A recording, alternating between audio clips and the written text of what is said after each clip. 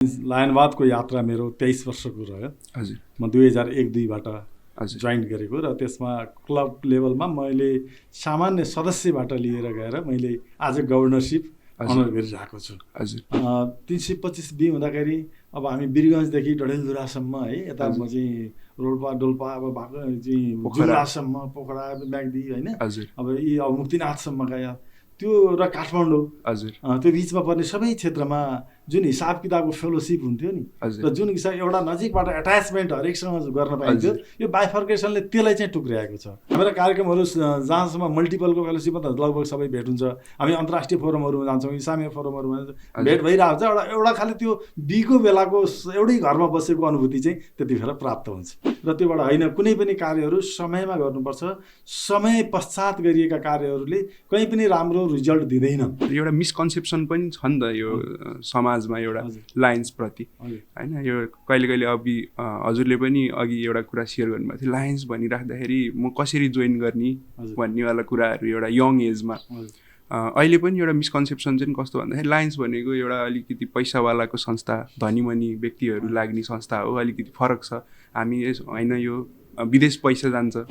मलाई अहिले नेपालको लायनिजममा हेर्नुहुन्छ तपाईँ, मल्टिपलमा विश्वभरि नै अब हाम्रो मल्टिपल सदस्यमा अग्रस्थानमा छ। धेरै क्लबहरू खुलेका छन्, जसले धेरै नयाँ साथीहरूलाई जोडेको छ, जसले धेरै सेवा गर्ने हातहरूलाई, मनहरूलाई जोडेको छ।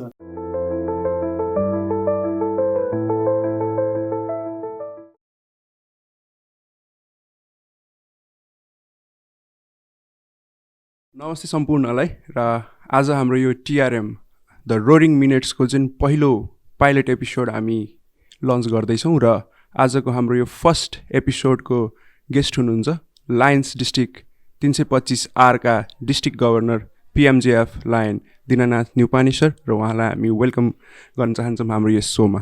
धन्यवाद।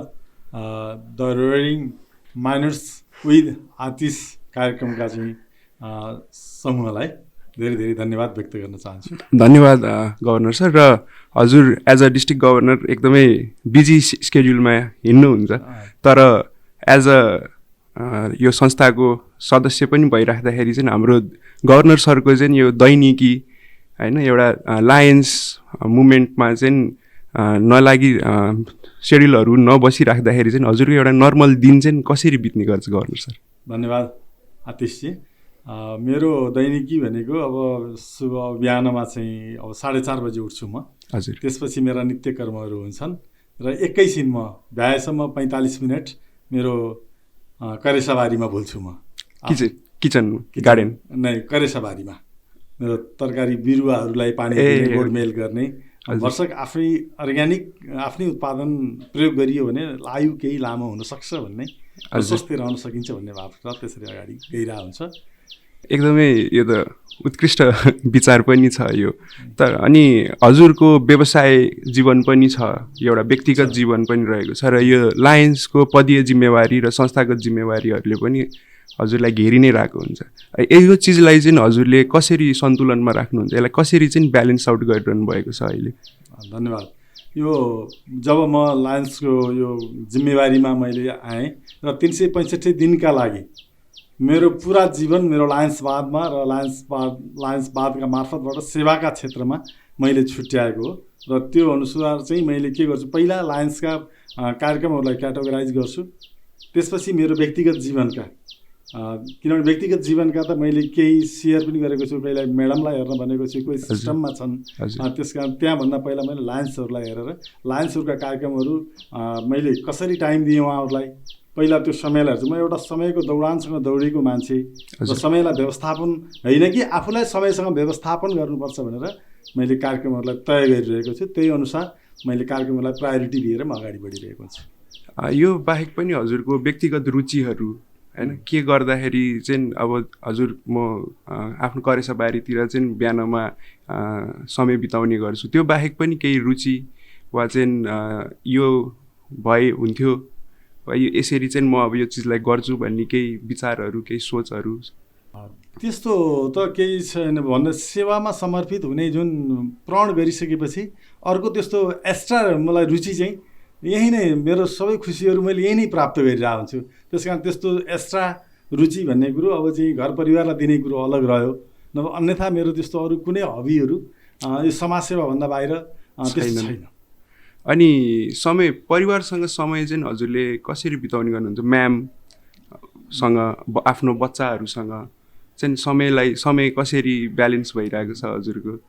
धन्यवाद। मेरो समय ब्यालेन्सका सवालमा चाहिँ के छ भने मेरो परिवारमा अहिले म म्याडम र म छौँ। भएका बच्चाहरू अब हामीले अध्ययनका सिलसिलामा जान्छौँ भने उनीहरू पखेटा लागे उडे। अब म चाहिँ यद्यपि बच्चाहरूले हुर्किएर आफ्नै माटोमा केही गरिदिनुपर्छ, माटोमै केही सम्भावना छ भनेको मान्छे अहिले अलिकति दुखित हुँदै बच्चाहरू मसँग यहाँ छैनन्, नजिकमा दूरदराजमा अध्ययनका लागि गएका छन् र अब लगभग 10 वर्ष भयो। अब बच्चाहरू बाहिर नै छन्। तसर्थ मेरो व्यक्तिगत जीवन भनेको मैले म्याडमलाई पहिलो कुरो म्याडमसँग चाहिँ खुसी रहेर जीवन बिताउनु, त्यसपछि म समाजसेवामै समर्पित हो र व्यवसायलाई त म्याडमले ह्यान्डल गरिरहेको छ, एउटा सिस्टममा छ, त्यसमा कुनै उ छैन। व्यावसायिक ऊ चाहिँ के छ हजुरहरूको? मेरो एउटा सप छ स्टेसनरी सम्बन्धी। हजुर। र अर्को चितवन कापी उद्योग प्रणालीसँग म सम्बन्धित, म सञ्चालक पनि हो र त्यसको म अहिले अध्यक्ष पनि छु। अनि अब लायन्सको यात्रा हजुर एकदमै लामो रहेको छ गभर्नर सर। विगत 3 वर्षदेखि हजुर जिल्लालाई चाहिँ समीकरण मिलाउन, जिल्लालाई अघि बढाउनलाई लायन्समै समय दिइरहनु भएको छ र यो वर्ष गभर्नर पदमा पनि जित्नुभयो र हाल गभर्नर पनि हुनुहुन्छ। र यो चिजमा चाहिँ गभर्नर भइसकेपछि चाहिँ जीवनमा केही परिवर्तनहरू महसुस के गर्नुभयो हजुरले? धन्यवाद। एउटा यो लायनवादको यात्रा मेरो 23 वर्षको रह्यो। हजुर। म 2001-2बाट जोइन गरेको र त्यसमा क्लब लेभलमा मैले सामान्य सदस्यबाट लिएर गएर मैले आज गभर्नरसिप अनर गरिरहेको छु। हजुर। यो पिरियडमा चाहिँ अब जब मैले गभर्नर बने र मैले मेरो जीवनलाई यसरी लिएर गएँ कि म अब मैले यो वर्ष मैले समयलाई पछ्याउनुपर्छ, हाम्रो पछाडि समय आउँदैन, हाम्रो अगाडि भागिरहेको हुन्छ, त्यो अनुसार हामीले म्यानेज गर्नुपर्छ भनेर मैले आफूलाई समर्पित गरेँ र त्यही अनुसार समाजसेवामा यहाँहरूसँग म सधैँ एकाकार हुँदै अगाडि बढ्न पाइरहेको छु। लियो भाइहरू लायन्सका मुभमेन्टहरूमा मैले आफूलाई त्यो समयसँगै कहीँ पछि नपरोस् मेरो जीवन भनेर मैले त्यसरी अगाडि बढाइरहेको छु।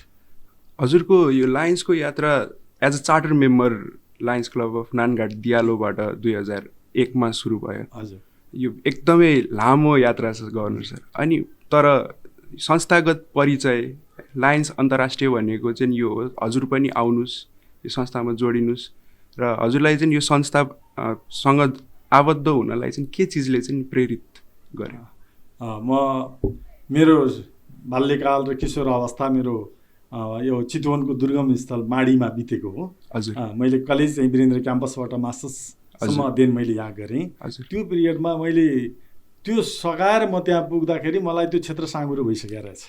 अब मैले बाबाले एउटा लामो समयसम्मको पसलहरू सञ्चालन गरिरहनु भएको थियो, त्यो ठाउँमा राम्रै थियो। अनि मैले बाबा मलाई यो ठाउँ साँघुरो हुन्छ अब भने, त्यसपछि जब म भरतपुरमा सिफ्ट भएँ नि, त्यसपछि मलाई आदरणीय हाम्रो पूर्व डिस्ट्रिक्ट गभर्नर मेरो क्लबको संस्थापक अध्यक्ष राजकुमार श्रेष्ठज्यूले म गाउँबाट आएको एउटा केटालाई भन्नुहोस् न नारायणगढ जस्तो ठाउँमा अलिक पैसावालाले सञ्चालन गर्ने संस्था, अलिकति हाइफाई भएको मान्छेले चलाउने संस्था भन्ने गरिन्थ्यो। यद्यपि त्यतिखेर मलाई उहाँले अवसर दिनुभयो, आइज यो हाम्रो सेवाका क्षेत्रमा हातेमालो गरौँ, अगाडि बढौँ भन्नुभयो र उहाँले जुन वात्सल्यता मलाई प्रकट गर्नुभयो र म त्यो उहाँको पदचापमा पछ्याउँदै म हिँडेँ र त्यसपछि उहाँले गरेका सेवा कार्यहरूदेखि प्रभावित हुँदै अनि म आफूलाई पनि त्यो यात्रामा समाहित गरेँ। जब म कम्युनिटीमा जान्छु, यो लियो भाइहरूसँगको सामिप्यता, मेरो क्लबमा लियो क्लब पनि छ, लियो क्लब नानघाट दियालो, त्यो भाइहरूसँगको सामिप्यता अनि अग्रजहरूको चाहिँ भूमिकामा अगाडि बढिरहँदाखेरि त्यहाँ सेवा गर्दा जुन सन्तुष्टि, फेलोसिप जुन हुन्छ, त्यो एउटा सत्सङ्गत आफूलाई चारैतिर चाहिँ सम्पर्कको स्थापित गराउन सकिने, सेवामा जोडिने र सन्तुष्टि जुन प्राप्तहरू भए, त्यसरी चाहिँ म चाहिँ लायन्समा इन्भल्भ भएको मेरो इतिहास हो। एज अ नर्मल जेनरल मेम्बरदेखि यात्रा सुरु गरिराख्दाखेरि हजुरको यात्रामा अनुभवहरू धेरै नै छन्, धेरै बटुल्नु भएको छ हजुरले। त्यही अनुभवहरूमध्ये केही अनुभवहरू चाहिँ यसो हजुरलाई चाहिँ हो यो कुराहरूले मलाई मेरो व्यक्तिगत जीवनमा, संस्थागत जीवनमा ममा केही यो चिजले परिवर्तनहरू लिएर आयो भन्ने कुराहरू हजुरले चाहिँ कस्तो कुराहरूलाई चाहिँ अनुभव गर्नुभयो यत्रो लामो यात्रामा? धन्यवाद। यो मेरो भनिहालेँ मैले अघि नै 23 वर्षको मेरो लामो जो यात्रा हो, जुन मैले अब क्लबको निर्देशक भएर जब म समावेश भएँ त्यसपछि दिएका जिम्मेवारीहरू पुरै गर्दै गर्दै 8-9मा म चाहिँ अध्यक्ष भएँ, क्लबको अध्यक्ष 8-9मा भएँ। त्यसपछि 9 र 10 डिस्ट्रिक्ट चेयरपर्सन भएपछि 10 र 11 राजन सरको पालामा म जोन चेयरपर्सन बनेँ। त्यो जोन चेयरपर्सन बने र जति अगाडि बढ्यो त्यति केही नजाने जस्तो, जति अगाडि बढ्यो त्यति केही नजाने जस्तो हुँदै गयो। र चाहिँ जुन यति मजा आयो नि, जब सिक्दै जाँदा सिक्ने, म अहिले पनि सिक्ने नै परिपाटीमा छु। र जुन सिक्दै गएँ, जसले चाहिँ मलाई अध्यक्ष जिम्मेवारी गरिसकेपछि हो त्यहाँ त आफै डिसिजन गर्नुपर्ने, आफै लागु गर्ने, टिम त भन्यो तर सबै जिम्मेवारी अध्यक्षमा आइपुग्ने, त्यसले मलाई अलिकति स्ट्रङ बनाउँदै ल र जस निर्णय गर्ने क्षमतामा वृद्धि गर्दै म फेरि अलिक छुचो मान्छे, म देखेको कुरो प्याट्टै भन्ने, फेरि जथाभावी अन्याय नसहने। तर यहाँ कति त फेरि सहन पर्ने रहेछ, कतै आफूलाई एडजस्ट गरेर लानुपर्ने रहेछ। यी कुराहरू मैले यहाँ सिक्ने अवसर प्राप्त गरेँ र जसले आज मलाई नेतृत्वमा पुगिरहँदा, जस्तै 11-12मा मलाई मेरा क्लबका संस्थापक अध्यक्ष लाइन राजकुमार श्रेष्ठज्यू गभर्नर हुनुहुन्थ्यो, तत्कालमा उहाँले मलाई डिस्ट्रिक्टको कोषाध्यक्ष जस्तो गरिमामय पदमा उहाँले नियुक्त गर्नुभयो र उहाँसँग म नेपालभरि लायनिजमको बारेमा त्यो बुझ्दै, काम गर्दै, सेवा गर्दै, उहाँलाई साथ दिँदै म हिँडिरहेँ। जसले गर्दा मलाई होइन अब यत्रो अवसर प्राप्त भइसकेपछि मैले त केही अझै गर्न रहेछ बाँकी, मैले अझै गर्नुपर्ने रहेछ, दायित्वबोधले मलाई चाहिँ अझै घर गर्दै गयो र अहिले आज म यो तपाईँहरूका सामुमा, तपाईँहरूको मायामा यो पदमा छु म। हजुर गभर्नर सर। अनि गभर्नर सर, लायन्सको यात्रामा क्लब अध्यक्ष, त्यसपछि हजुर जोन हुनुभयो, त्यसपछि विभिन्न पदहरूमा नियुक्त हुँदै आउनुभयो। यसमा भइराख्दाखेरि हजुरलाई चाहिँ क्लब अध्यक्ष जुन त हाम्रो एउटा लायन्समा बेसिक्स पनि छ, एउटा अध्यक्ष पछि हामी नेतृत्वमा अझै अघि बढ्छौँ। अध्यक्ष भइराख्दाखेरिको एउटा केही इभेन्टहरू, जुन कार्यक्रमहरू जुनले चाहिँ तपाईँलाई, मैले चाहिँ यो कार्यक्रम गरिराख्दाखेरि चाहिँ यो ठाउँलाई, यो व्यक्तिहरूलाई चाहिँ केही परिवर्तन मिलेको छ होइन, उहाँहरूले चाहिँ एट द पोइन्ट मैले चाहिँ यो सेवा गर्न पाएँ भन्ने केही यसो कार्यक्रमहरू, केही आफूले गर्नुभएको प्रोजेक्टहरू आज यसो सम्झिनुहुन्छ? मैले यो बौद्धिक अपाङ्गताका क्षेत्रमा हजुर जुन हिसाबले अब दियालो लायन्स क्लब नानगढ दियालोले बौद्धिक अपाङ्गताका क्षेत्रमा काम गर्ने भनेर यो जन्मिएको मलाई याद थियो। अनि मैले त्यो आफू अध्यक्ष भइरहँदाखेरि तिनै बच्चाहरूसँग जसको बुद्धिको विकास भएको छैन, जसले आफूले के खाने हो पनि थाहा छैन, कति बेला खाने हो पनि थाहा छैन, कसरी खाने हो पनि थाहा छैन, त्यस्ता बच्चाहरूका बिचमा गएर जुन सेवा गर्ने र तिनीहरूलाई चिन्ने अवसर प्राप्त भयो नि। र साँच्चीकै यिनीहरूलाई त यस्तो मायाको जरुरी रहेछ, यिनीहरूलाई अरू कुनै चिजभन्दा पनि यिनलाई सबभन्दा ठुलो प्रेम रहेछ, हामीले प्रेम दिन सक्नुपर्छ मात्रै। अनि यी बच्चाहरूलाई हामीले कुनै विकासमा केही परिवर्तन ल्याउन सक्छौँ भन्ने त्यतिखेर मलाई चाहिँ सोच विकास भयो। हजुर नाइस। अनि हजुरलाई चाहिँ गभर्नर सर, यो नेतृत्वमा अब म अघि बढ्दै गर्दाखेरि अब म गभर्नर लाइनअपमा पनि म आउनुपर्छ, मैले आफूले सिकेको केही लिडरसिप स्किल्सहरू, मैले जानेको केही कुराहरू चाहिँ अब यो संस्थाप्रति म दिएर चाहिँ अझै संस्थालाई डेभलप गर्न सक्छु भन्ने क्षण चाहिँ हजुरलाई कहिले महसुस भयो? यो बारेमा भन्दाखेरि आतिशजी, म वास्तवमा म गभर्नर हुन्छु, मैले नेतृत्व गर्छु भन्ने मैले कल्पना चाहिँ 15-16सम्म पनि गरेका थिइनँ। हजुर है, मेरो यत्रो लामो यात्रा भइरहँदाखेरि होइन, डिस्ट्रिक्टको महत्त्वपूर्ण प्रोटोकलहरूमा रहेर केही जिम्मेवारी चाहिँ वहन गर्नुपर्छ, मैले गर्छु, तर गभर्नर हुन्छु भन्ने मलाई चाहिँ त्यो हुटुटी नै थिएन। हजुर तर परिवेशले, तपाईँहरू जस्तो साथीहरूको, अब यत्रो लायन्स अग्रजीहरूको सबैको मायाले चाहिँ एउटा अचम्मसँग मलाई डोर्याएर एउटा कर्तव्यबोधका साथमा अगाडि पनि उभ्यायो, जसले गर्दाखेरि मैले चाहिँ 22-23मा जब हाम्रो डिस्ट्रिक्ट बाइफर्केसन भयो नि, अनि त्यसपछि अब यो अवसर नआउँदै आउँदै बेला हुँदै नहुँदै मान्छेहरू म गभर्नर हुन्छु तछाड गरेको देखिरहेको थिएँ, यो के होला भन्ने लाग्थ्यो मलाई। र जब 22-23मा आएँ, बाइफर्केट भयो, अब चाहिँ हेर्दाखेरि त यसो हेर्छु सबभन्दा पुरानो आफै लाग्छ। हजुर होइन, अब त मैले नेतृत्व गर्नुपर्ने भएको छ कि क्या हो, अग्रजीहरूले त अगाडि बढ्न पऱ्यो भन्नुहुन्छ। अनि त्यसपछि मलाई चाहिँ साँच्चै अब चाहिँ नेतृत्वदायी भूमिकामा पुग्नुपर्ने रहेछ भन्ने अनुभूति भयो र त्यही वर्ष नै म द्वितीय भाइस गभर्नरमा इलेक्ट पनि भएँ र त्यसपछि यात्रा सुचारू छ। गभर्नरवाला लाइनअपमा चाहिँ हजुरको कन्टिन्यू भइरहेको छ। हजुरले भन्नुभयो नि यो बाइफर्केसन पछि धेरै कुराहरूबाट एनालाइज गरिराख्दाखेरि अब गभर्नर लाइनअपमा त म पनि जानुपर्छ कि भन्ने विषयवस्तु हजुरले सोच्नुभयो र त्यो चिजमा सफल पनि हुनुभएको छ। बट हजुरको यात्रा धेरै नै लामो छ सर। यसमा हजुर डिस्ट्रिक्ट बीबाट सायद B2 भयो, त्यसपछि अहिले हामी आरमा छौँ। हजुरले यो यत्रो वर्षको लामो यात्रामा डिस्ट्रिक्ट बाइफर्केट 2 चोटि भयो हजुरको यो जर्नीमा होइन, यसमा महसुस गर्नुभएको केही कुराहरू हजुरले? यसमा एउटा कुरा के भयो भने पहिला 325 बी हुँदाखेरि अब हामी वीरगञ्जदेखि डडेलधुरासम्म है, यता चाहिँ रोल्पा डोल्पा अब भएको चाहिँ जुम्लासम्म, पोखरा, म्याग्दी होइन, अब यी अब मुक्तिनाथसम्म गयो त्यो, र काठमाडौँ हजुर त्यो बिचमा पर्ने सबै क्षेत्रमा जुन हिसाब किताबको फेलोसिप हुन्थ्यो नि, र जुन हिसाब एउटा नजिकबाट एट्याचमेन्ट हरेकसँग गर्न पाइन्थ्यो, यो बाइफर्केसनले त्यसलाई चाहिँ टुक्र्याएको छ। त्यो जोड्न चाहिँ एकदमै गाह्रो बनाइरहेको छ। जुन हिसाबमा विस्तृत रूपमा देशभरि फैलिएका थियौँ, अब आज एउटा सामान्य प्रान्तमा जस्तो एउटा चाहिँ सानो सेक्टरमा चाहिँ खुम्चिनु परेको छ, एउटा त्यो चाहिँ मैले घाटा महसुस गरेको छु। हजुरले साथीभाइहरू धेरै बन्छन् यो यात्रामा। हजुर यो यात्रामा चाहिँ हजुरले सम्झुनी हुने आफ्नो डिस्ट्रिक्ट बाहिरको B2मा ट्राभल गरिराख्दाखेरि हजुर, अनि बी हुँदाखेरि ट्राभल गरिराख्दाखेरि कार्यक्रमहरूमा एटेन्ड भइराख्दाखेरि बन्नुभएका साथीहरू अहिले जुन चाहिँ हामीसँग डिस्ट्रिक्टमा त हुनुहुन्न बट हजुरसँग पर्सनल टचअपमा भइरहनुहुन्छ, उहाँहरू चाहिँ कोही यसो सम्झिनुहुन्छ?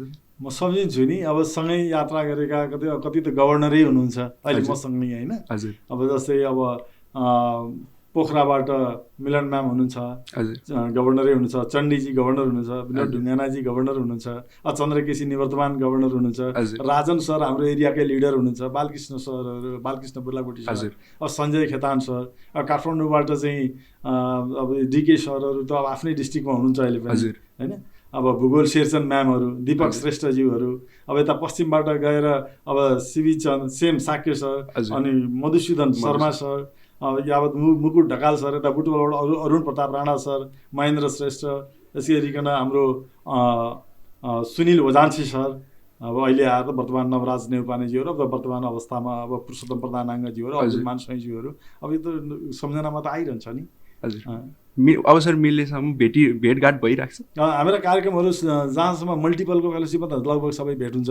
हामी अन्तर्राष्ट्रिय फोरमहरूमा जान्छौँ, इसामीय फोरमहरूमा भेट भइरहेको छ। एउटा खालि त्यो बीको बेलाको एउटै घरमा बसेको अनुभूति चाहिँ त्यतिखेर प्राप्त हुन्छ।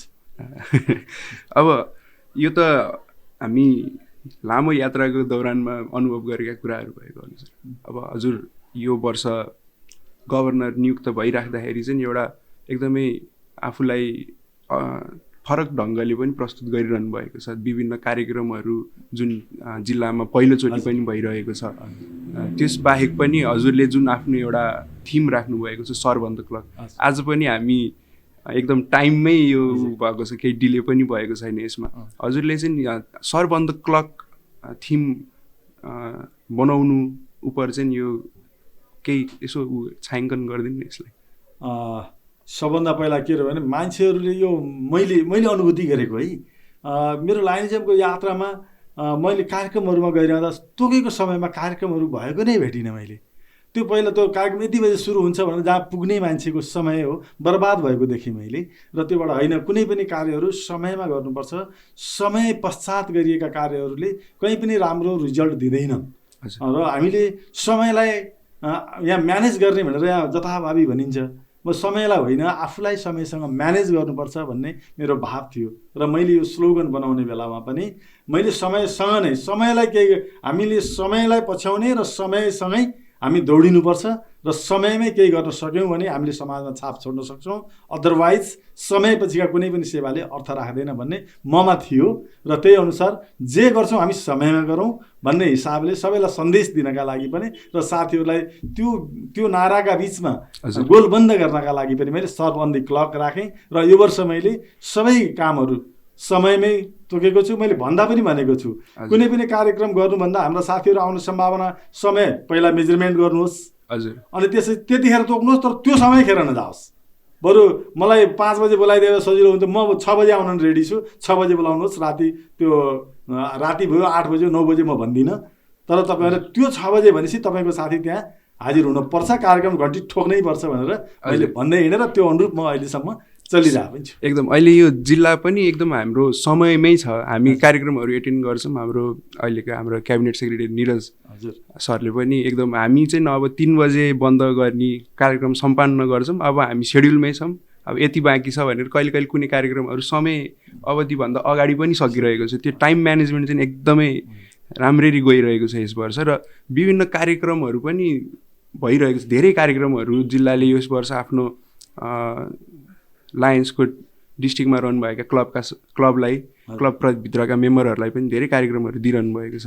अब ट्रेनिङ्सहरूको कार्यक्रम भयो, यो वर्ष क्विज कम्पिटिसन्सहरू भयो, र यस पछाडि हजुरको टिमले पनि एकदमै वर्कआउट हेभी गरिरहनु भएको छ। र साइड बाई साइड यो वर्ष हामीले सायद अघि हजुरले इसामेमा भेट हुन्छ भन्ने कुराहरू पनि राख्नुभयो। इसामेमा पनि हजुरको टेन्युरमा चाहिँ हामीले इसामेकै सबसे हाइएस्ट मेम्बरसिप पनि बढाउन सफल भएका छौँ, र यसको पछाडि चाहिँ कसरी चाहिँ यो सबै चिजहरू वर्कआउट हुन्छ गर्नु सर? धन्यवाद। यो के छ भने एउटा टिम वर्क हो यो, है। अब एउटा गभर्नरले मात्रै त केही गर्न सकिन्न, मलाई चाहिँ त्यो लाग्दैन। मैले सम्पूर्ण मेरा लायन मित्रहरू र मेरा लायन्सका अग्रजीहरूले साथ नदिएको भए यो सफलता प्राप्त हुन्थेन। जस्तो त्यसै गरिकन विशेष गरी क्याबिनेट सेक्रेटरी निरजको कुरा गर्नुभयो यहाँले, मलाई लाग्छ बरु म मजाले आराम गरेँ होला, म मजाले निदाएँ होला, तर निरज यो 365 दिनमै आजका दिनसम्म चैनसँग 8 घन्टा सुत्यो होला, 6 घन्टा सुत्यो होला, मैले कल्पना गरिरहेको छैन। त्यो हुन्थ्यो भने यो सफलता डिस्ट्रिक्टले प्राप्त गर्थेन। सेक्रेटरीका तर्फबाट जुन निरजजीले जुन कार्य गर्नुभयो, जति सरसल्लाह दिनुहुन्छ, जति सुझाव दिनुहुन्छ, त्यो अनुसार हामीहरूले आफूलाई फिट गर्दै जान्छौँ नि, अनि त्यसपछि हामीले एउटा सफलता प्राप्त गर्न सक्यौँ। इसामेमा हामीले क्याबिनेट सेक्रेटरी अथवा डिजी टिम भित्र पनि अझ क्याबिनेट सेक्रेटरी ट्रेजरर भनेको यस्तो अभिन्न अङ्ग हो जो अलिकति सुस्ताइदियो भने त्यो गभर्नर सफल हुँदैन, त्यो टिम सफल हुँदैन। तसर्थ हामीले ग्याट अन्तर्गत विभिन्न पदमा साथीहरूलाई मनोनयन गर्छौँ। उहाँहरूलाई त्यो ग्याट भनेको के हो भने हामीले हिजोका दिनसम्म बुझाएका रहेनछौँ भन्ने अहिले मैले काम गर्दा फिल गरेँ। उहाँहरूलाई परिचालन गऱ्यौँ। सर्भिसको सेक्टरको चाहिँ एक्जिक्युटिभ चिफले सर्भिसका डाटा पेस गर्नुभयो, जिएलटीले तालिमका सेक्टरका पेस गर्नुभयो, अनि त्यसपछि गएर चाहिँ मेम्बरसिप वा जो जिएमटीले मेम्बरसिप हाम्रो स्ट्रेन्थ यो छ भन्नुभयो, क्लब खोल्ने साथीले क्लब एक्सटेन्सन टिमको उहाँले चाहिँ आफ्नो रिपोर्ट लिएर आउनुभयो, र हामी क्लस्टर वाइज ती डाटाहरू पेस गर्दै हिँड्यौँ, र हामीले च्यालेन्ज स्वीकार गरेर आएका छौँ।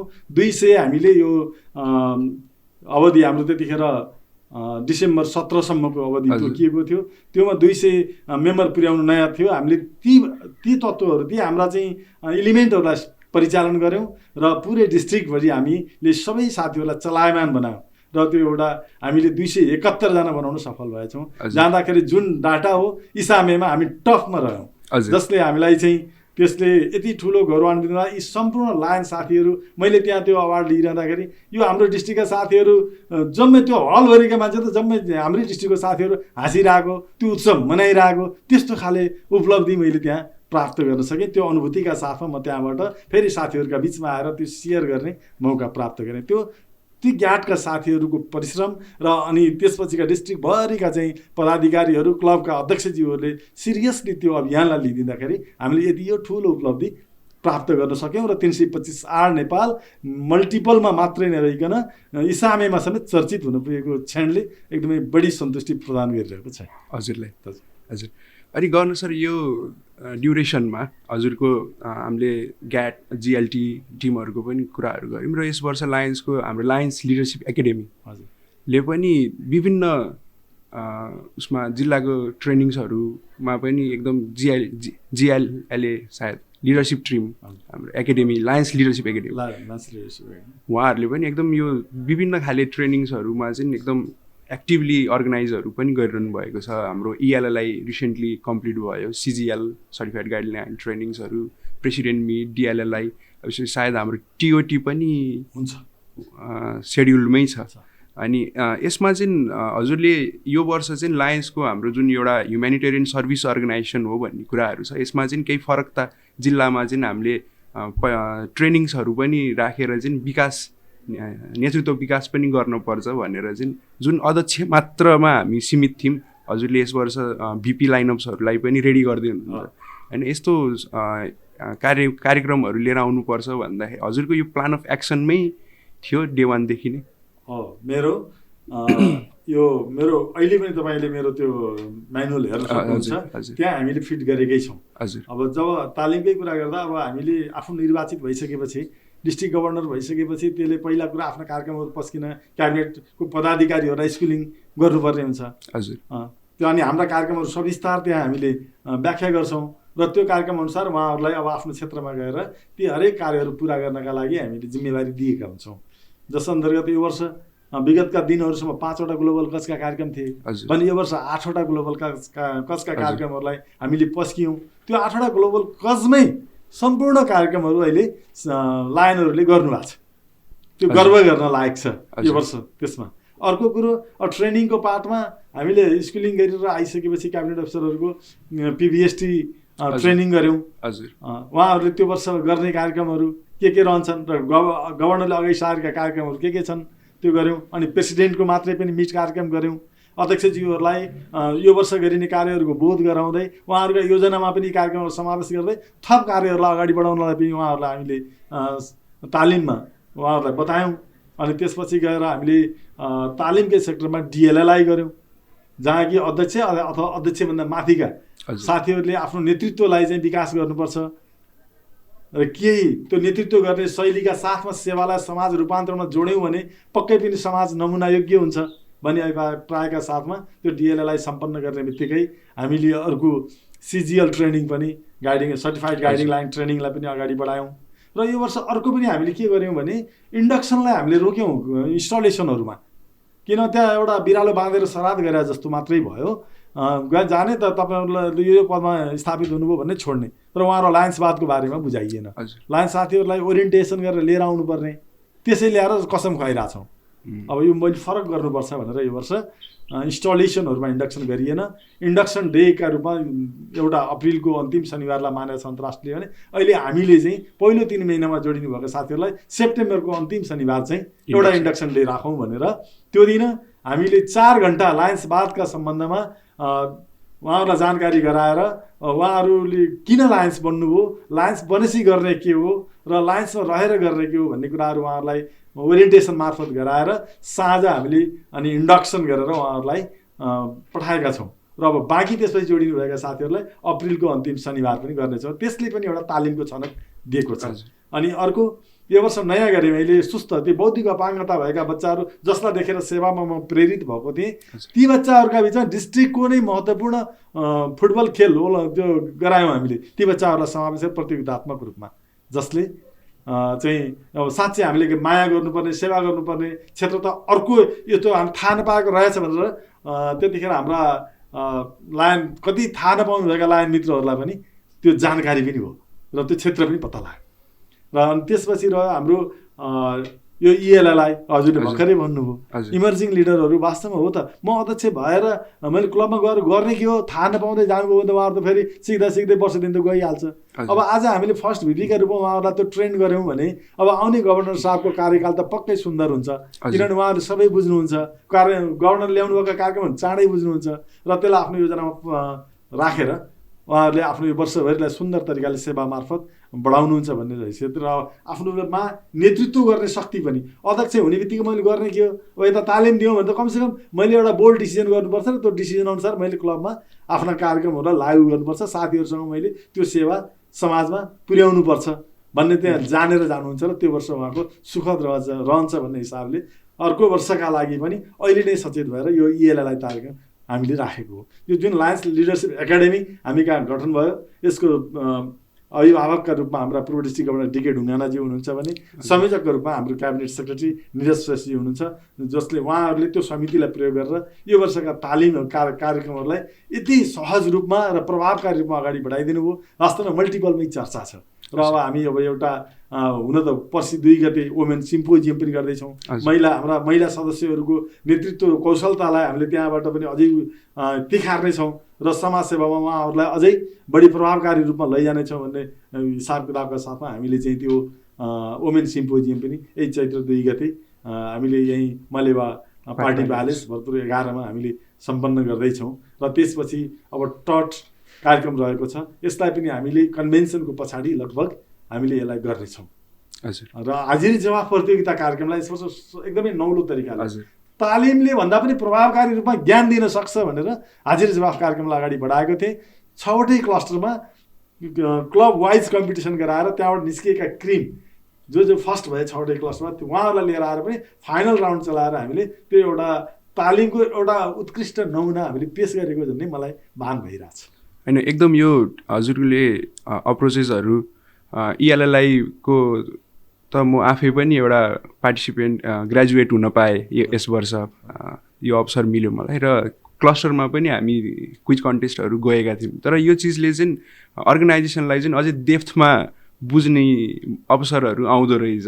अझ ELLI ले अलिकति फरक कुराहरू धेरै सिकायो, क्लबलाई कसरी अप्रोच गर्ने, मेम्बरहरू कसरी इन्भाइट गर्नेदेखि धेरै कुराहरू पनि रहेको थियो। र हजुरलाई यस वर्ष चुनौतीको रूपमा चाहिँ केही महसुसहरू मलाई अब यो कार्यकाल यसरी गइराख्दाखेरि चाहिँ यो कुराले चाहिँ अलिकति असर गर्यो भन्ने केही लाग्छ गर्नु? यो एउटा सोधिहाल्नुभयो हजुरले। मलाई चाहिँ सुरुमै गभर्नरसिप मैले सुरु गर्ने बित्तिकै मलाई एउटा पारिवारिक चुनौती चाहिँ आयो। हजुर। म जब अस्ट्रेलियाबाट शपथ लिएर म फर्किँदै थिएँ, मेरो माताजीको चाहिँ अस्वस्थताको खबर आयो र म त्यहाँ काठमाडौँमै लगिसकिएको थियो माताजीलाई। अनि त्यो आमाको सेवामा एकछिन लाग्नु पर्यो। मेरो एउटा सेड्युलमा म केही दिन म अल्मलिएँ र त्यस पश्चात फेरि मेरो माताको देहावसान भयो, जसले म मातृवियोगमा छटपटिने समय रह्यो। जसले गर्दा मैले डिस्ट्रिक्टलाई म आफैले स्वयं उपस्थित भएर नेतृत्व गरिरहँदा म आफै त्यो विभिन्न सेक्टरमा पुग्नुपर्ने मलाई अलिकति समस्या रह्यो।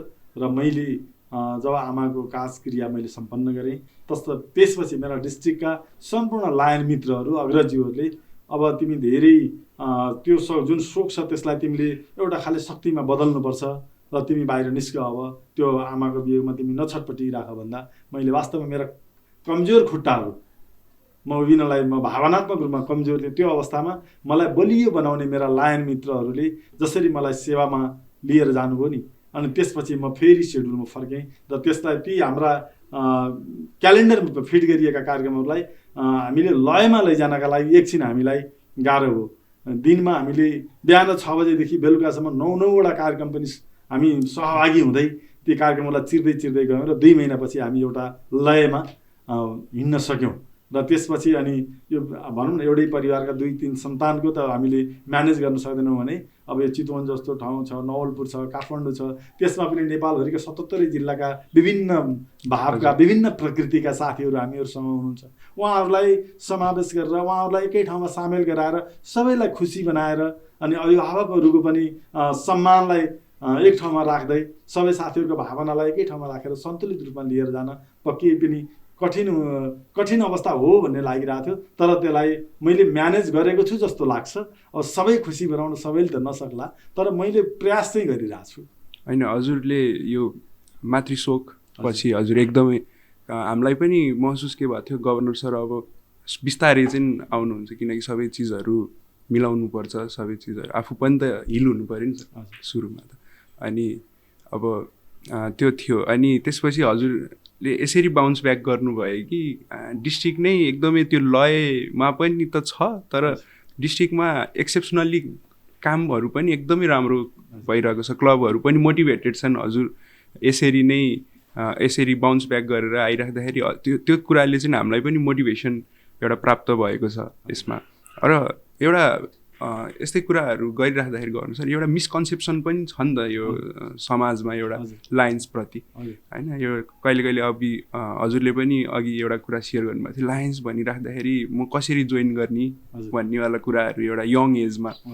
अहिले पनि एउटा मिसकन्सेप्सन चाहिँ कस्तो भन्दाखेरि लायन्स भनेको एउटा अलिकति पैसावालाको संस्था, धनीमनी व्यक्तिहरू लाग्ने संस्था हो, अलिकति फरक छ। हामी होइन यो विदेश पैसा जान्छ वाला मिसकन्सेप्सन्सहरू पनि छ। अब हामी संस्थागत व्यक्तिहरूलाई यो कुराहरू राम्ररी नै थाहा छ होइन, तर यो मिसकन्सेप्सन्सहरूलाई यो यस्तो कुराहरूलाई चाहिँ हजुरले कसरी चाहिँ एड्रेस गर्न चाहनुहुन्न? होइन, अब यो वास्तवमा चाहिँ लायन्स क्लब भनेको सेवा गर्ने संस्था हो। यो विशुद्ध चाहिँ एउटा सेवाले मात्रै प्रेरित, यो कुनै आर्थिक नाफालाई जोड्दैन यसले भन्ने कुरा हामीले त्यो युवा जमातमा लिएर जान जरुरी छ। र त्यो लगभग नेपाल चाहिँ त्यो मानेमा सफल छ जस्तो पनि मलाई किन लाग्छ भने त्यो हामीले लायन्स सदस्यहरू बन्नका लागि अथवा लायन हुनेहरू पैसावाला हुन् भन्ने कुरा चिर्नका लागि अब हामीले वास्तवमा उहाँहरूलाई हामी सेवामा गइरहँदाखेरि ती नन लायन, ती जो यो समाजलाई केही गर्न सक्छन् भन्ने युवाहरू जब हामीले डिसाइड गरिसकेका हुन्छौँ नि हामीसँग सङ्गतमा लागि उहाँहरूलाई हाम्रा सेवाहरूमा जोड्यौँ, हाम्रा सङ्गतमा हामीले लिएर हिँड्यौँ र हाम्रा कार्यक्रमहरू उहाँहरूलाई समावेश गऱ्यौँ भने वास्तवमा हामीले यो फजुल कुरा सुनिरहेका रहेछौँ। वास्तविकता फरक रहेछ र हामी वास्तवमा जोडिनु पर्ने त्यो ठाउँ रहेछ। किनभने हामी युवा हो, हामीले केही समाज रूपान्तरणमा युवाहरूको ठुलो भूमिका रहन्छ र भोलिका आशाका केन्द्र पनि ती युवाहरू हुन्। उहाँहरूलाई हामीले जोड्यौँ भने सकारात्मक रूपमा समाज परिवर्तन गर्न त्यो युवाहरूको ठुलो भूमिका रहन्छ। त्यो सेवा गर्दा गर्दै उहाँहरूले त्यो कम्युनिटीमा गएर नेतृत्व गर्ने क्षमताको पनि त विकास गर्नु छ नि त, त्यो त्यहाँ नै प्राप्त हुन्छ। एउटा कुनै संयोजक बनाइदिनुहोस् कार्यक्रम गर्दा त्यो संयोजक भएपछि त मैले केही गर्नुपर्छ भन्ने त हुन्छ नि त। हुन्छ त्यो के हो त भने नेतृत्व, त्यो नेतृत्वको अवसर पनि हामीले उहाँहरूसँग उजागर गर्न सक्छौँ। र अनि समुदायमा उहाँहरूले आफूलाई पेस गर्नुहुन्छ कि सकारात्मक रूपमा सेवा गरेर समाजको मुख कसरी फेर्न सकिन्छ। अनि भनेपछि त समाजले उहाँहरूलाई ग्राप गर्छ, समाजले चिन्छ। होइन यो बाबुलाई भनियो भने जे पनि कुरा गर्न सक्छ भन्ने भइसकेपछि अनि सबैले बाबु तिमी यस्तो गर्यो भन्ने बित्तिकै त उहाँ त्यसै प्रभावित हुनुहुन्छ। हजुर। र उहाँले अब होइन म त एउटा कुनै समुदायसँगै लागेर गएँ भने मेरो नेतृत्व विकास पनि हुँदो रहेछ, मेरो सेवा गर्ने भावले पनि त्यहाँ ठाउँ पाउँदो रहेछ। र मैले विभिन्न समुदायसँग सङ्गत गरेँ भने विभिन्न समुदायसँग फेलोसिपका मार्फतबाट मैले सबैलाई चिनजान गर्ने, सबैका बिचमा प्रिय बन्ने अवसर पाउँछु। अनि त्यसै गर्दा गर्दै विभिन्न खाले उहाँहरूसँग जोइन्टमा कार्यक्रमहरू गर्न सकिन्छ नि त। त्यो फेलोसिपले जोइन्टमा पार्टनर जोडिदिने काम पनि गर्छ। र समुदायमा जाँदा विभिन्न खाले परियोजनाहरू मार्फत सेवा गर्ने कुरालाई पनि जोड्न सकियो। दीर्घकालीन प्रोजेक्टहरूलाई पार्टनरसिपका रूपमा आफ्नो कन्सेप्टहरू बाँडेर लिन सकियो भने पक्कै पनि त्यो समाजमा त एउटा रूपान्तरण त हुन्छ, जसले गर्दा चाहिँ मैले यो गरेँ भन्ने त्यो युवालाई फिल हुने बित्तिकै उहाँले त्यो सन्देश आफै फैलाउनुहुन्छ। जति धेरै हाम्रा सेवाका हातहरू वृद्धि हुन्छन् सेवा त्यति धेरै हुन्छ कि त्यति धेरै सेवा भएपछि अनि समुदायले नसम्झिने भन्ने कुरा त रहेन। र अनि समुदायमा आफूलाई स्थापित गर्न, नेतृत्व गर्न र अनि फेलोसिपबाट आफ्नो सम्बन्ध विस्तार गर्न, त्यो गर्दा गर्दै राष्ट्रिय त भयो अन्तर्राष्ट्रिय रूपमै पनि त्यो सम्बन्धलाई विस्तार गरेर एउटा नौलो आयामका कार्यक्रमहरू आफ्नो समाजमा ल्याउन सकिन्छ भन्ने उहाँहरूलाई बुझाउन सकियो भने लायनिजममा चाहिँ कुनै मलाई अहिले नेपालको लायनिजममा हेर्नुहुन्छ तपाईँ मल्टिपलमा विश्वभरि नै अब हाम्रो मल्टिपल सदस्यमा अग्रस्थानमा छ। धेरै क्लबहरू खुलेका छन् जसले धेरै नयाँ साथीहरूलाई जोडेको छ, जसले धेरै सेवा गर्ने हातहरूलाई मनहरूलाई जोडेको छ, जसले गर्दा सामाजिक रूपान्तरणमा यो सकारात्मक यो धारणा चाहिँ यसले विकास गर्छ र समाज रूपान्तरणमा यसको ठुलो भूमिका रहन्छ। गभर्नर सर, यो रिसेन्ट यो कार्यकालमा हजुरलाई फर्केर हेर्नु पर्दाखेरि चाहिँ यो चिजलाई चाहिँ मैले केही अलिकति फरक रूपले चाहिँ गर्न सक्थेँ भन्ने केही महसुस हुन्छ? त्यो त अब एउटा कार्यक्रम गर्दै गइसकेपछि त्यो कार्यक्रम गरिसकेपछि यो गरे अब हुन्थ्यो त भन्ने त जसलाई पनि हुन्छ त्यो होइन। त्यो अनुरूप अझै पनि अब कतिपय प्रोजेक्टका कुराहरू हुन्छन्। अब हामीले अब अहिले केही प्रोजेक्टहरू त हामीले स्वीकृत गऱ्यौँ, अब तर त्यहाँ अरू अघिल्ला वर्ष भएकाहरू खाली नहुनाको कारणले हामीले बढाउन सकेका छैनौँ। अब त्यो अलिक चाँडै भइदिए भए मैले यो गर्थेँ भन्ने कुरो त हुने नै हो। त्यसलाई अब पुरा गराउनतर्फ अगाडि नै अब 365 दिन हुन्छ। 365 दिनमा आफ्ना कार्यक्रमहरू त्यो दिन भ्याउनै पर्ने पनि छ र अरू अघिल्ला कार्यक्रमहरू पनि ध्यान दिँदै उता घचघच्याउँदै त्यसलाई पुरा गर्न पाएको भए मेरो एउटा मैले कल्पना गरेका प्रोजेक्टहरू लगाउन सक्थेँ मेरो टेन्युरमा भन्ने चाहिँ लाग्छ। हजुर। अनि यो प्रोजेक्टकै ठ्याक्क हजुरले प्रोजेक्ट भन्ने कुरा गर्नु भइसकेपछि मैले एउटा ठ्याक्कै एउटा कुरा पनि ट्रिगर भयो। हाम्रो यस वर्ष लायन्स भवन, लायन्स बिल्डिङको पनि प्रोजेक्ट अघि बढेको छ। जिल्लाको आफ्नै एउटा 3 to 5 आरको चाहिँ बिल्डिङ भन्ने कुराहरू पनि छ र यो त हाम्रो भयो सर होइन। यसमा पनि हाम्रो नानघाट बजारलाई नै एउटा छुट्टै पहिचान चाहिँ लायन्स क्लबले पनि दिएको थियो, लायन्स चोक भनेर। आज अब यो बिल्डिङ लायन्स बिल्डिङ डेमोलिस पनि भयो। अब त्यो ठाउँमा अहिले अलिकति हामीलाई हेरिराख्दाखेरि खाली खाली फिल हुन्छ। यो कुरालाई चाहिँ अब यत्रो वर्ष लायनिजममा हिँडिराख्दाखेरि सधैँ लायन्स चोक त्यो बिल्डिङ भत्किराख्दाखेरि चाहिँ हजुरलाई चाहिँ कस्तो महसुस भयो त्यो क्षण? धन्यवाद। यसलाई के छ भने नि अब सुरु म लायन्स बन्दाखेरि नि त्यो चिज त्यहाँ देखिरहेको थिएँ नि त। त्यो अवश्य पनि मलाई पनि एकदमै अँध्यारो चाहिँ बनाइरहेको छ। किनभने अब हामीले एउटा लायन्स भएर नेपालमा लायन्सको एउटा चिनारी दिएर नारायणगढको नेपालको मध्यभागमा रहेको नारायणगढमा लायन्स चोक भनेर नामाकरण भएर त्यो एउटा सबै लायन्स चोक कसरी भयो त भन्दाखेरि त्यो जितबहादुर भोकेसनल ट्रेनिङ सेन्टरका नाममा चाहिँ स्थापित त्यो भवन जसले हामीलाई छहारी दिइरहेको थियो। हामीले डिस्ट्रिक्टको सचिवालय त्यहीँबाट सञ्चालन गरिरहेको थियौँ। तर यो अब नेपाल सरकारको विकासका क्रममा अब त्यसलाई हामीले बचाउन सकेनौँ। त्यसले दुखी चाहिँ निकै दुखी तुल्याएको छ। अब त्यो एउटा चिनारी अब त्यो देखेर अब लायन्स ल यस्तो संस्थाको पो सदस्य बन्ने भन्ने एउटा त्यो पनि थियो होइन, त्यो पनि भत्किएको छ अहिले। अब हामीले त्यसलाई अब हामीले त बचाउन सकेनौँ। हाम्रो त केही पनि अब राज्यसँग हाम्रो केही लागेन होइन। त्यहाँ त्यो मानेमा चाहिँ एकदमै हामी सम्पूर्ण लायनहरू, म मात्रै होइन सबै लायनहरू दुखी हुनुहुन्छ। अझ जसले विशेष गरी त्यसलाई मुख्य प्रोजेक्टका रूपमा अगाडि बढाउनु भयो उहाँहरूलाई त अझ कति ठुलो पीडा छ होइन। त्यो साथसाथमा हामी कोही पनि त्यो पीडाबाट मुक्त छैनौँ। र अब अहिले अब नयाँ सन्दर्भ चाहिँ हजुरले जोड्नुभयो नयाँ हाम्रो अब आफ्नो भवनको बारेमा हो। त्यो भवन हाम्रो महत्त्वपूर्ण योजना अन्तर्गत त्यो एउटा महत्त्वाकांक्षी योजनागत हामीले यो वर्ष अघिल्लो वर्षबाट जग्गा खरिद गर्ने भनेर हामीले हाम्रा पूर्व डिस्ट्रिक्ट गभर्नर सिद्धार्थलाल चुकेज्यूको संयोजकत्वमा त्यसलाई अगाडि बढायौँ। उहाँले निरन्तर प्रयास गर्नुभयो र त्यो एउटा हदसम्म यसपालि हामी सफल भयौँ। र त्यो हामीसँग भएको जुन जमिन त्यो 1 कट्ठा छ त्यो जग्गाको भ्यालु 2 करोड रुपियाँ गरिएको थियो, जसमा 1 करोड हाम्रा साह्रै सहयोगी मनका धनी आदरणीय लायन बालगोपाल चुकेज्यूले 50% उहाँले डोनेसन गर्नुभयो र चाहिँ 50% डिस्ट्रिक्टले आफ्नो प्रोजेक्ट फन्डको पैसा जम्मा गरेर त्यहाँ चाहिँ त्यो जग्गा हामीले आफ्नो स्वामित्वमा लिन सफल भयौँ। र अब त्यो भवन हाम्रो अब निर्माणको चरणमा हामी अब इन्जिनियरिङ तर्फबाट नक्साङ्कनमा गइसकेका छौँ। अब त्यो हामीले यो वर्ष नै शिलान्यास गर्नेछौँ र त्यो भवन निर्माणका लागि अहिलेसम्म करिबन 60 लाखभन्दा माथि त्यो जग्गा प्राप्तिपछि हामीले सहयोग राशिहरू सङ्कलन गरिसकेका छौँ। र अब हामी निकट भविष्यमा नै त्यो हाम्रो सपना त्यो आफ्नो भवनभित्र कार्यालय सञ्चालन त्यो हामीले पक्कै पनि यथार्थमा प्राप्त गर्न सक्नेछौँ भन्ने विश्वासमा छौँ। हाम्रो सायद लालपूर्जा पनि हामीले हाम्रो यो लोकेसन चाहिँ कहाँ हुनेवाला छ? यो बेलचोकबाट अलिकति अगाडिपट्टि जुन 4 नम्बरको वडा अफिस छ नि लङ्कुपट्टि, त्यसको ठ्याक्कै त्यो पुङ्गी खोलाको पारिपट्टि छ। एकदम बजारको केन्द्रमै छ। हजुर, अलिकति शान्त वातावरण पनि छ त्यहाँनिर। हजुर, अनि यो कुराहरूले चाहिँ अब थप जिल्लालाई चाहिँ अझै विकास डेभलप गर्ने एउटा स्ट्रेन्थ दिने काम चाहिँ गर्छ। आफ्नै एउटा बिल्डिङ हुनु पनि एउटा छुट्टैमा पहिचान पनि छ। र हजुरलाई चाहिँ लायन्स अन्तर्राष्ट्रियले मेरो व्यक्तिगत जीवनमा चाहिँ यो चिजमा चाहिँ मलाई अब्बल बनायो भन्ने कुराहरूमा चाहिँ के ठान्नुहुन्छ गर्नुहोस्?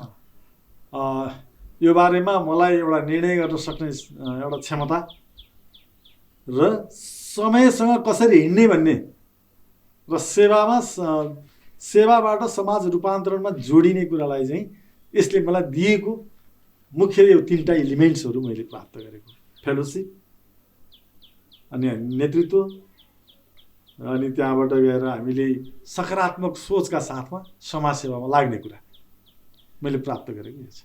हजुर, हजुरलाई चाहिँ हजुर पनि एउटा युवा उमेरमै लायन्ससँग जोडिनु भएको थियो गर्नुहोस्। र हजुरहरूको आफ्नै पनि लियो क्लब रहेको छ जुन चाहिँ हाम्रो 30 वर्ष उमेर समूहभन्दा मुनिका सदस्यहरू हुन्छन् लियो क्लबमा।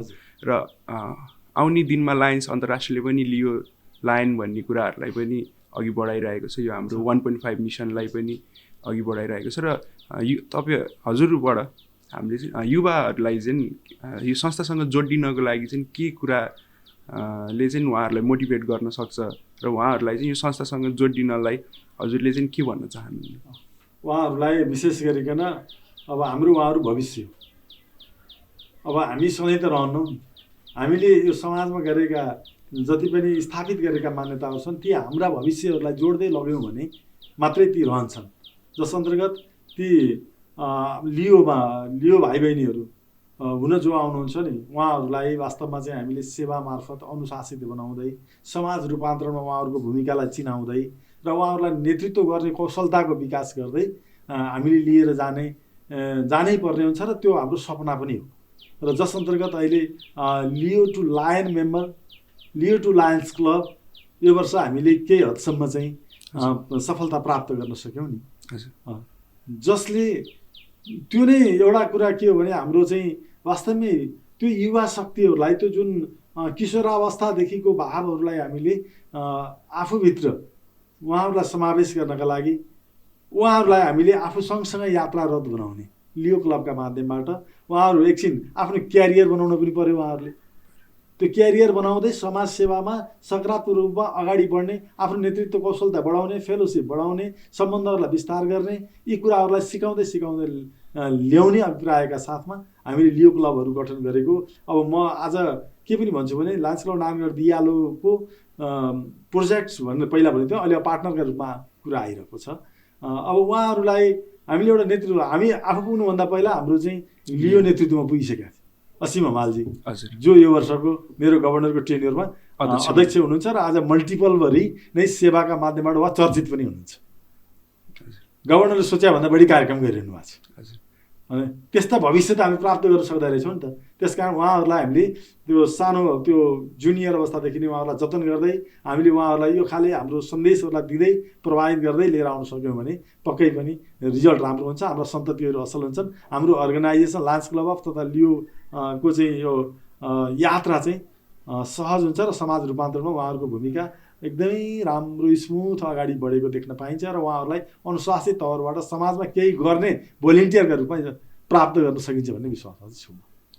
अनि गभर्नर सर, यो हाम्रो नेपालमा जुन लायन्स मुभमेन्ट एकदमै एक्टिभ पनि छ होइन, धेरै समयदेखि हामी सायद अहिले 51-52 वर्षभन्दा बढी भयो होला सायद नेपालमा लायनिजम सुरु भएको, र आउने वर्षहरू भविष्य चाहिँ हजुरले कसरी देखिरहनु भएको छ लायन्स अन्तर्राष्ट्रियको नेपालमा?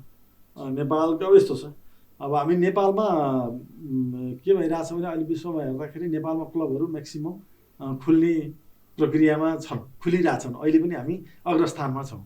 यदि धेरै क्लबहरू खुलिरहँदाखेरि के छ त, लायन्स सदस्यहरूको पनि त सङ्ख्या वृद्धि हुँदै जान्छ नि त। हजुर, उहाँहरूको सङ्ख्या वृद्धि हुनु भनेको के हो त, सेवाका हातहरू वृद्धि हुने हो, सकारात्मक समाज रूपान्तरण, सकारात्मक भावको विकास हुने हो, जसले गर्दाखेरि चाहिँ समाजले यो लायन्स क्लबहरूले चाहिँ समुदायमा गरेका सेवाका कारणले होइन, अब कतै त्यही समाजमा अब हामीसँग हिँडिरहेका सबै मान्छे लायन्स त छैनन्।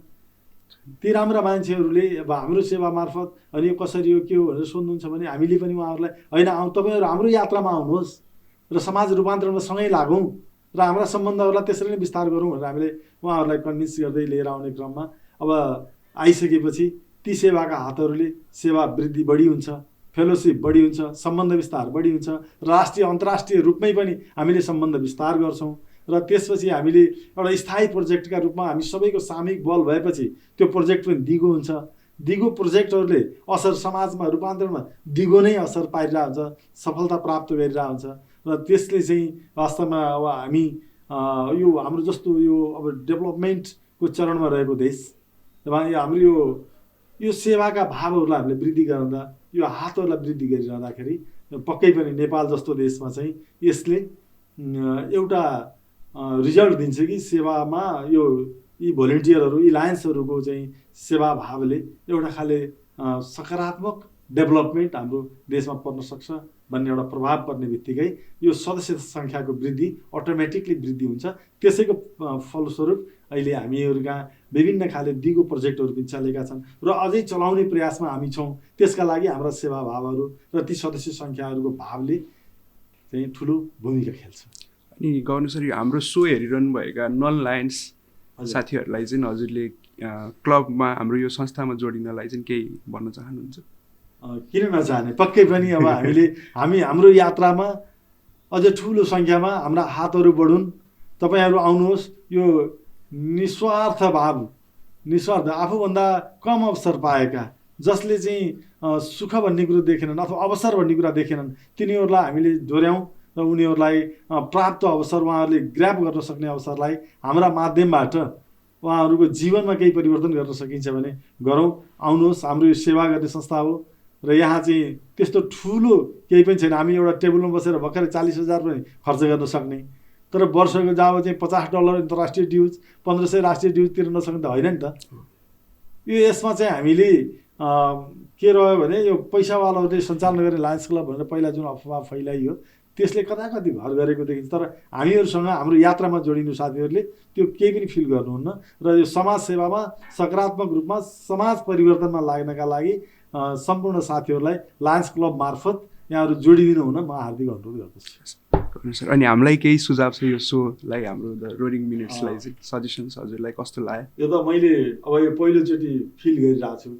यो हाम्रो लियोबाट लायन्स बनेको आतिश भाइको यो जोस, जाँगर, यो उमङ्ग र यो सफलता जुन मैले ELLI-मा पनि त्यो क्षमता प्राप्त गरेँ यो भाइको, र यसले चाहिँ वास्तवमा हाम्रो समाजमा रहेका जो होइन लायन्सको सदस्य कहाँबाट बन्ने होला, लियो कहाँबाट बन्ने होला भनेर अल्झिएका मान्छेहरूलाई यो सोले चाहिँ पक्कै पनि एउटा बाटो देखाइदिनेछ र यो गोरेटो बन्ने छ भन्ने म विश्वासमा छु। र यहाँहरूले यसलाई यसरी नै मल्टिपल भरिका लायन्स तथा लियोहरूलाई जोड्दै लग्नु हो भने यसले पक्कै पनि सकारात्मक एउटा चाहिँ यो हाम्रो सेवाका हातहरू वृद्धि गर्ने पहललाई, यो कदमलाई चाहिँ साथ दिन्छ भन्ने मैले महसुस गरेँ। Thank you so much. यहाँहरूले यसलाई अगाडि बढाइरहनु होला, शुभकामना पनि व्यक्त गर्दछु। Thank you so much governor sir. र हामी चाहिँ पोडकास्टमा चाहिँ एउटा हजुरलाई अझै नजिकबाट चिन्नको लागि र हजुरलाई बुझ्नको लागि चाहिँ एउटा सरप्राइज राउन्ड राखेका थियौँ हामीले।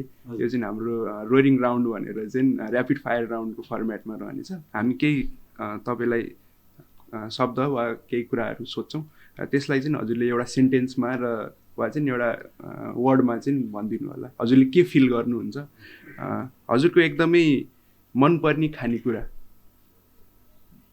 मेरो त्यस्तो नै के, सात्विक भोजन। मेरो सात्विक भोजन। अनि हजुर धेरै ठाउँहरू देश विदेशहरू जानुभएको छ र हजुरलाई एकदमै मन परेको ट्राभल डेस्टिनेसन, मन परेको सहर, घुम्न रुचाउने ठाउँ? मलाई दुबई मन पर्यो हजुरलाई। र हजुरलाई चाहिँ हबीको रूपमा चाहिँ हजुरले के लिनुभएको छ, के गर्न मन लाग्छ हजुरलाई? मेरो मन भनेको त सत्य बोल्ने र समाजसेवा गर्ने, अरू केही पनि छैन। एकदमै मिल्ने साथी? मेरो एकदमै मिल्ने साथी त अब मेरो जीवन साथी नै भयो नि। गोकर्ण न्युपाने र प्रकाश न्युपाने दुई भाइ छोराहरूमा? हजुर, होइन रोज्नु परेन उहाँहरूलाई सम्झिँदा चाहिँ? होइन, गौरव फिल हुन्छ। हजुर, आफ्नो व्यवसाय? म पेपर सम्बन्धी काम गर्छु। अनि जीवनको एउटा गोल? गोल त मेरो अब डिस्ट्रिक्ट गभर्नर भएर जुन सफलता अहिले प्राप्त छ त्यो नै हो। र एउटा लास्ट क्वेसनभन्दा अगाडि चाहिँ हामीले एउटा राखेका छौँ, इन्दु न्युपाने म्याम। इन्दु न्युपाने म्याम सिम्पल। र जीवनलाई कसरी लिनुभएको छ हजुरले? सम्झौताका रूपमा। Okay, thank you governor sir. र हजुरको लागि चाहिँ एउटा सानो हामीले टोकन अफ लभ एउटा यो सोको मेमेन्टोको रूपमा चाहिँ बनाएका थियौँ। हजुरले चाहिँ यस वर्ष एज गभर्नर केही गिफ्ट्सहरू, यो खादामाला म केही पनि लिँदिनँ, हजुरहरूले पनि यो क्लबहरूलाई दिनुभएको इन्फर्मेसन थियो, बट यो चाहिँ एज हाम्रो यो सोको तर्फबाट चाहिँ एउटा सानो मेमेन्टो चाहिँ हजुरले एक्सेप्ट गरिदिनुहुन्छ कि भन्ने हामीले रिक्वेस्ट गर्न चाहन्छौँ सर। यो चाहिँ सानो एउटा हजुरको मेमेन्टोको रूपमा चाहिँ हजुरलाई रहन्छ। धन्यवाद। अब मैले सोकै यहाँहरूको प्रतिष्ठा र यहाँहरूको मायालाई मैले अहिले नकार्न सकिनँ। धन्यवाद। र यसै सँगसँगै आज हाम्रो यो फर्स्ट पाइलट एपिसोडको चाहिँ हामी अन्तिममा आइसकेका छौँ र thank you for watching our the roaring minute podcast र thank you governor sir for your time. धन्यवाद आतिश भाइ, धन्यवाद तपाईँले यसमा जोड्नु भएको। Thank you sir.